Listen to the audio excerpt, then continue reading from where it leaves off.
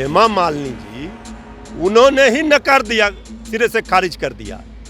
अब भला बताइए, उनसे सीनियर तो हमको नहीं लगता है कि स्मृति ईरानी जी हैं और उनसे सुंदर हैं। संजय तिवारी फ्लाइंग किस समझते हैं, किसे हमको नहीं पता है, ये मुद्दा है नहीं राजनीति का, आप लोग भी इसके पीछे पड़े हुए हैं। स्मृति ईरानी जी बीजेपी की नेत्री के साथ साथ केंद्रीय मंत्री के साथ साथ एक महिला हैं, एक माँ हैं, किसी की बेटी हैं, किसी की बहू हैं, और वो इस तरह के राजनीति के स्तर को ले जाएंगे इतने निचले स्तर पर।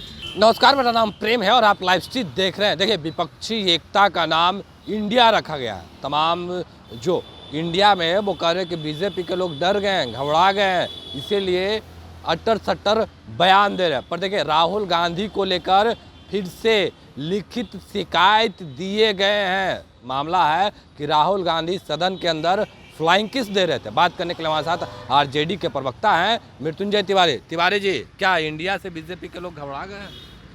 इंडिया ने तो बीजेपी की बखिया उधेड़ दी है, ये क्या बात करेंगे? ये कोई मुद्दा है? जब बीजेपी की माननीय सांसद और देश विदेश की इतनी मशहूर हीरोइन हेमा मालिनी जी ने खुद ही इनके आरोपों को खारिज कर दिया, केंद्रीय मंत्री स्मृति ईरानी जी के, अब इसके बाद कुछ बचा है? हेमा मालिनी जी ने स्पष्ट कहा ना, भाई हमने नहीं देखा है। हाँ। और ये चरित्र हनन का प्रयास राहुल गांधी जी का विपक्षी दलों के नेताओं का करने में लगे रहते हैं। अब हमको ये समझ में नहीं आती है कि स्मृति ईरानी जी बीजेपी की नेत्री के साथ साथ केंद्रीय मंत्री के साथ साथ एक महिला हैं, एक माँ हैं, किसी की बेटी हैं, किसी की बहू हैं, और वो इस तरह के राजनीति के स्तर को ले जाएंगे इतने निचले स्तर पर। राहुल गांधी जी को देश की जनता ने देखा है कि उनको किस तरह से उनकी सदस्यता ख़त्म कराओ, उनको बदनाम करो, ये सब तो चलते रहेगा।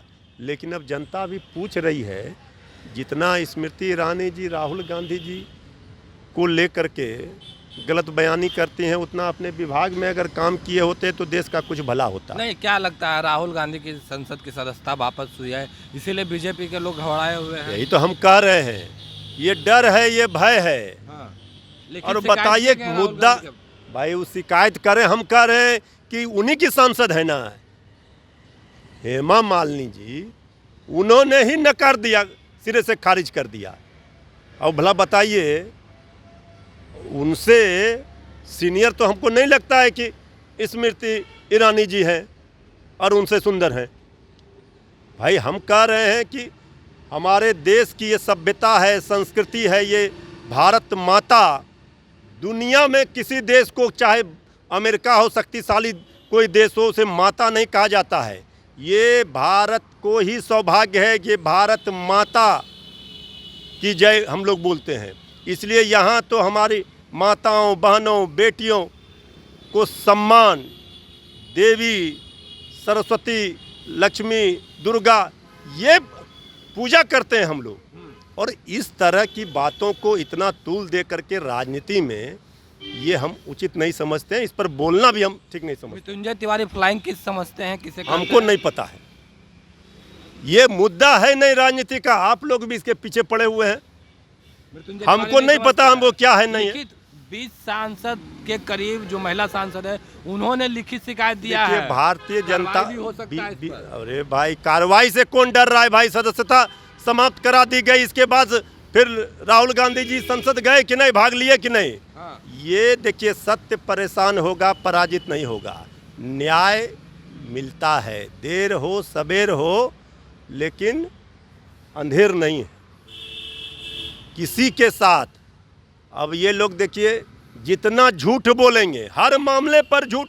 जब आदरणीय प्रधानमंत्री जी भी इस झूठ बोलने की श्रृंखला में खड़े हो गए, कल एम्स में के मामले में आपने देखा, तेजस्वी यादव जी ने तो झूठ पकड़ लिया, एक्सपोज कर दिया पूरी तरह से। कभी पूर्णिया में एयरपोर्ट हो गया, केंद्रीय गृह मंत्री जी आदरणीय अमित शाह जी बोलकर चले गए। अब कल जब बीजेपी की झूठ पकड़ी गई, तो देखिए ये मुद्दा है कि बिहार के साथ किस तरह सौतेला व्यवहार किया जा रहा है। तो झूठ, एक गाना था, झूठ बोले जनता पकड़े, भोली भाली जनता से डरियो, हम सत्ता में आ जाएंगे तुम देखते रहियो।